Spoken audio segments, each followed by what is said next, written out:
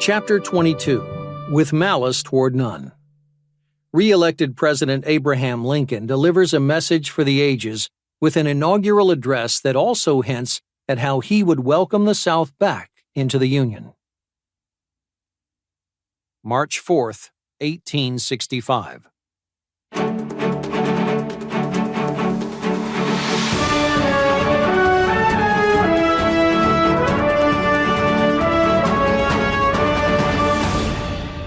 Abraham Lincoln was sworn in today by his former Treasury Secretary and now Chief Justice of the Supreme Court, Salmon P. Chase.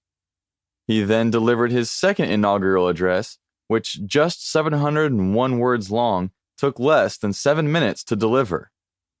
Reaching the Capitol, I took my place in the crowd where I could see the presidential procession as it came upon the east portico, and where I could hear and see all that took place. The whole proceeding was wonderfully quiet, earnest, and solemn. There was a leaden stillness about the crowd. The address sounded more like a sermon than a state paper. Fellow countrymen, at this second appearing to take the oath of the presidential office, there is less occasion for an extended address than there was at the first. Then a statement somewhat in detail of a course to be pursued seemed fitting and proper.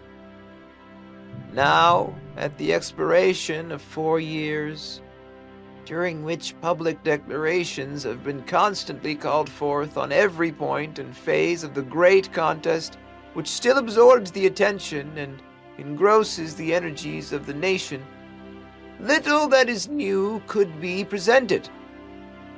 The progress of our arms, upon which all else chiefly depends, is as well known to the public as to myself, and it is, I trust, reasonably satisfactory and encouraging to all. With high hope for the future, no prediction in regard to it is ventured. On the occasion corresponding to this 4 years ago, all thoughts were anxiously directed to an impending civil war. All dreaded it, all sought to avert it.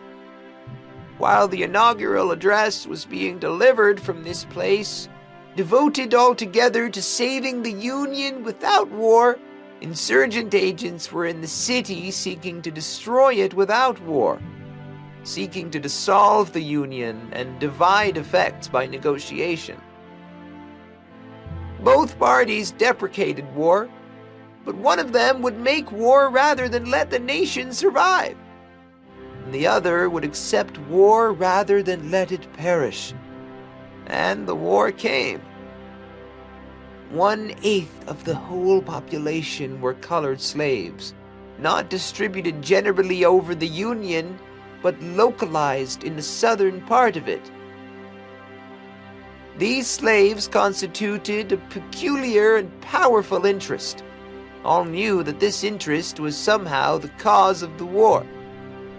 To strengthen, perpetuate, and extend this interest was the object for which the insurgents would rend the Union even by war, while the government claimed no right to do more than to restrict the territorial enlargement of it.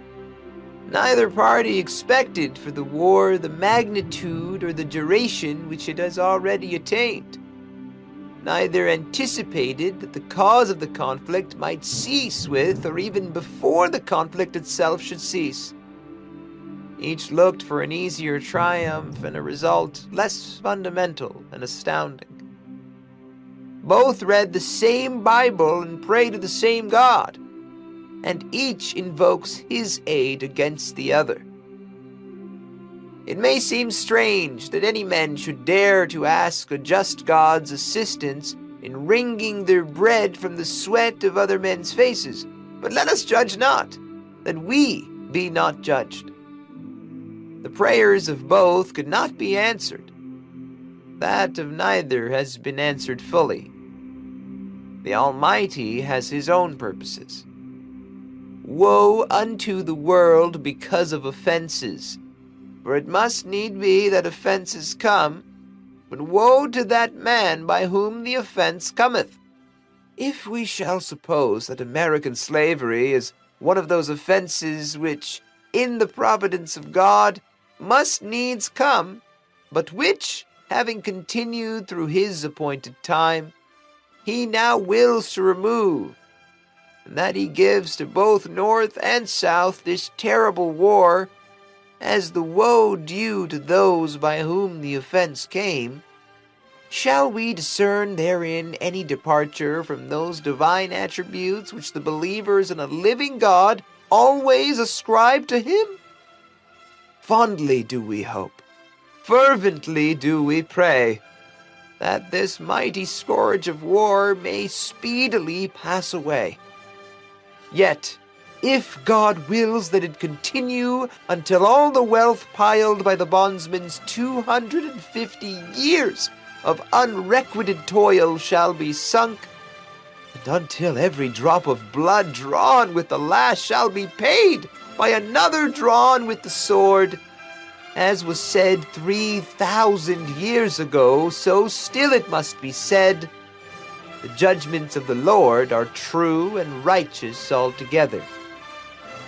With malice toward none, with charity for all, with firmness in the right as God gives us to see the right, let us strive on to finish the work we are in, to bind up the nation's wounds, to care for him who shall have borne the battle and for his widow and his orphan, to do all which may achieve and cherish a just and lasting peace among ourselves and with all nations.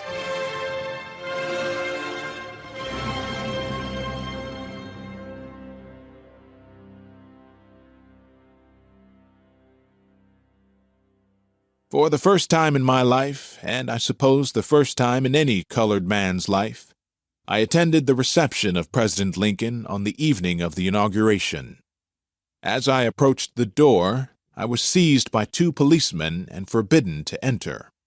I said to them that they were mistaken entirely in what they were doing, that if Mr. Lincoln knew that I was at the door, he would order my admission, and I bolted in by them.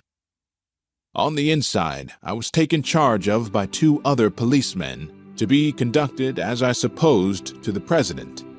But instead of that, they were conducting me out the window on a plank. "Oh," said I, "this will not do, gentlemen." And as a gentleman was passing in, I said to him, "Just say to Mr. Lincoln that Frederick Douglass is at the door." He rushed in to President Lincoln, and almost in less than half a minute, I was invited into the East Room of the White House. A perfect sea of beauty and elegance, too, it was. The ladies were in very fine attire, and Mrs. Lincoln was standing there. I could not have been more than 10 feet from him when Mr. Lincoln saw me. His countenance lighted up, and his voice was heard all around.